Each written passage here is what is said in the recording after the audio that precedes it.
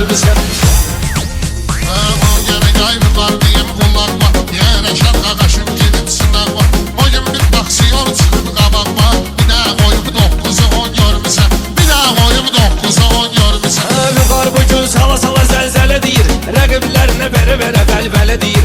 Hər bizi kim ringdə görür belə deyir. Bu cür adamcıldır rakon görmüsən. Bu cür adamcıldır rakon görmüsən. Şahtı bu meyxanalım mahiri. Bir neçə öz sözlü deyəndən biri. Ay ben sardan tapdım bu şairi. Hele bir sünnet toyda kulon görmüşəm. Hele bir sünnet toyda kulon görmüşəm. Arada məğrur olub özünü öymüsən. Sən elə bilmə rəqiblərimi döymüsən. Sən belə nöşbənətqasız böyümüsən. Ax yasamalda borzakon görmüsən. Ax yasamalda borzakon görmüsən. Qarşıma papa uyan koymuşsan. Cinayet alemde nişan koymuşsan. Bastiyanlık tuğlada can koymuşsan. Qab yumusan banka balon görmüşsən. Qab yumusan banka balon görmüşsən. Rəşad güya cavab veribdir mənə.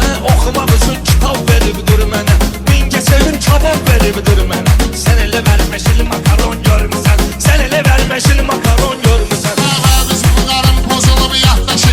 Təhqir eyləyir bu Rəşad qardaşı. Köndüzür parıldayır keçər başı.